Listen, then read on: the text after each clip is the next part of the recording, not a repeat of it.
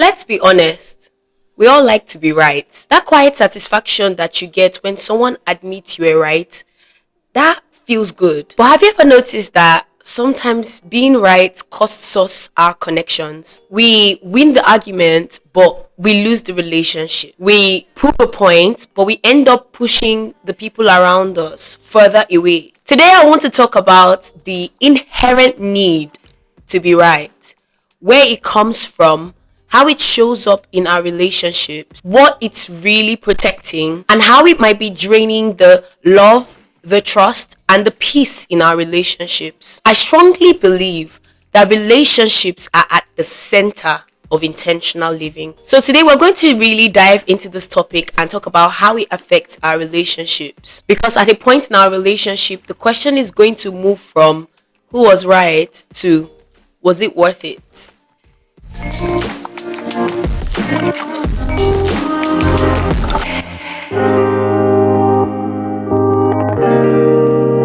So the very first thing I'm going to talk about in this video is, where does this inherent need to be right come from? Being right historically meant being accurate about reality. It was necessary for our survival.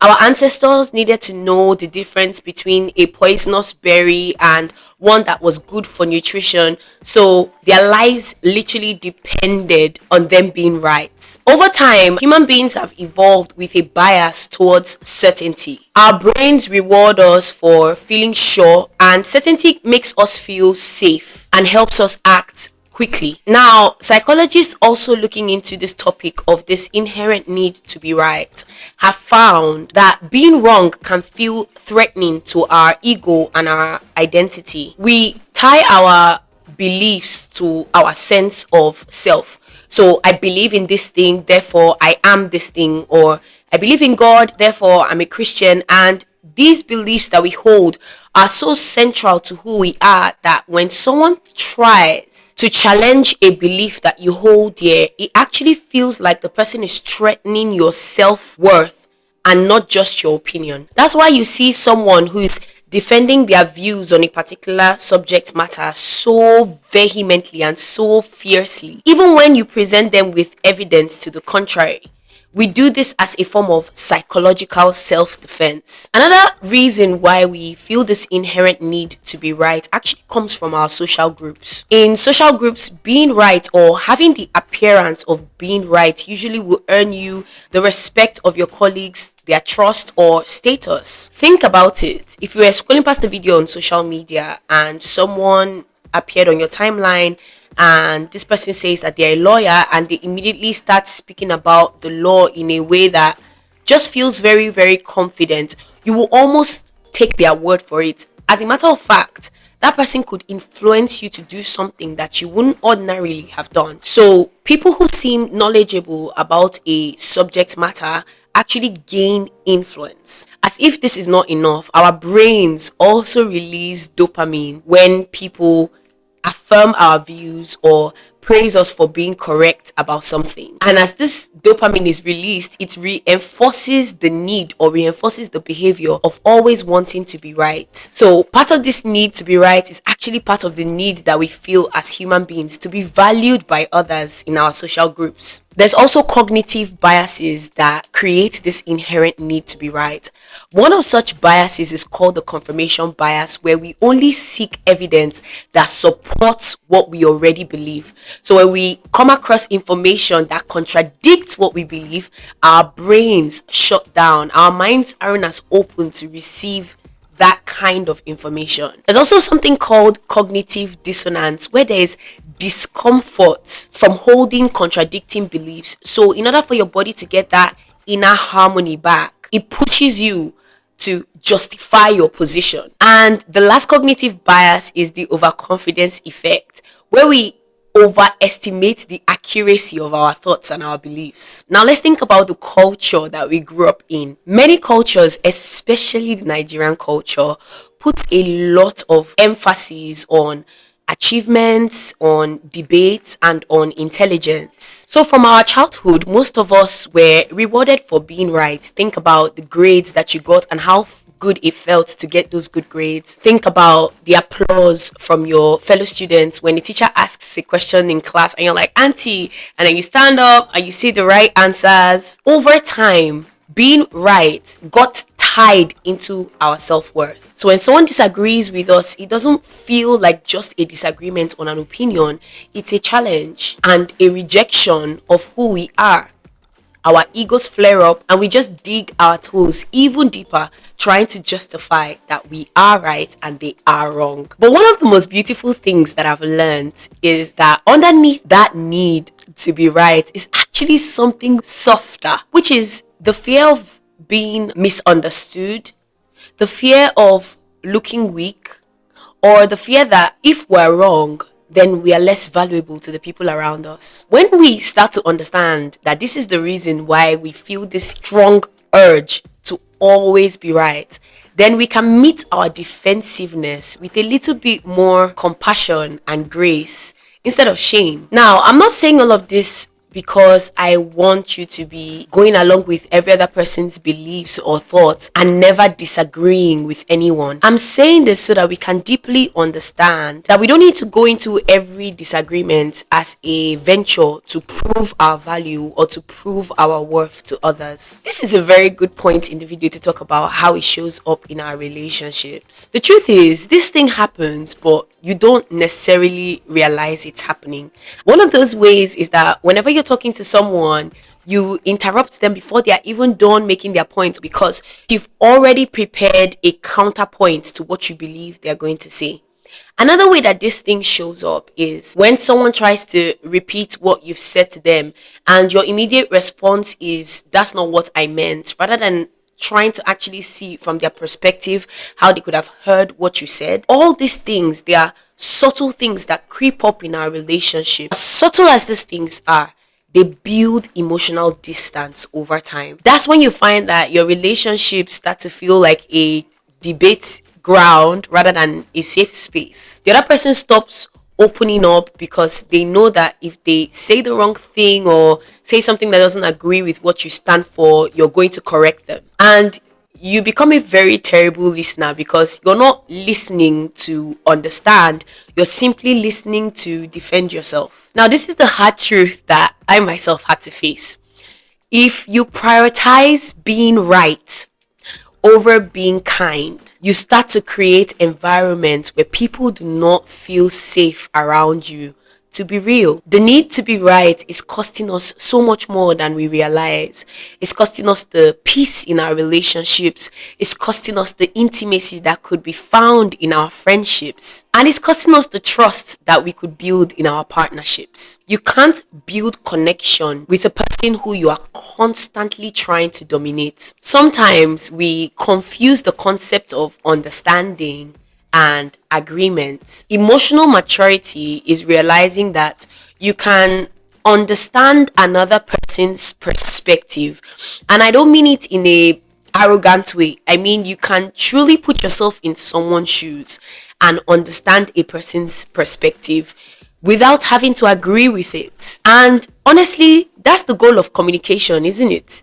It's not victory, it's understanding. Now, as you're watching this video, some of you might be asking a very powerful and mature question, which is, how do I then release this need to be right so that I can achieve emotional and intellectual growth? And I'm going to share with you practical things that you can start doing today to release this need. The mind is a very, very powerful tool. The Bible actually says in the book of 2 Corinthians that the weapons of our warfare are not carnal, but they are mighty for the pulling down of strongholds. To put this simply, that means that in the battles that we face in life, especially habits that we're trying to break or things that we're trying to unlearn, we're not going to do so by carrying guns or cutlasses or knives. We're going to do so by pulling down the strongholds in our minds. Simply put, what are strongholds? These are mindsets that we have adapted, maybe because this is the way that we grew up or we're conditioned, or it's probably the only way that we know. And so the first thing I'm going to say today that will help you get over this need to be right is actually a mindset shift. In our minds, we need to redefine what being wrong means. We need to change the story that our minds are telling us, that when we are wrong, we are flawed or less valuable, or we don't have any self-worth or can't add anything to community. We need to change that story to say that when I'm wrong, all I have done is just updated my information. Think of it like your software.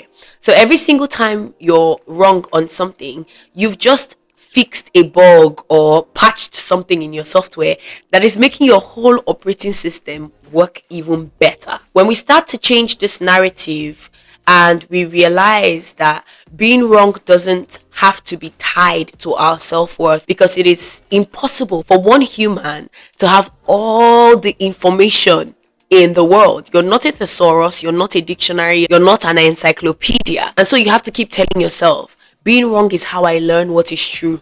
Being wrong is how I learn what is true.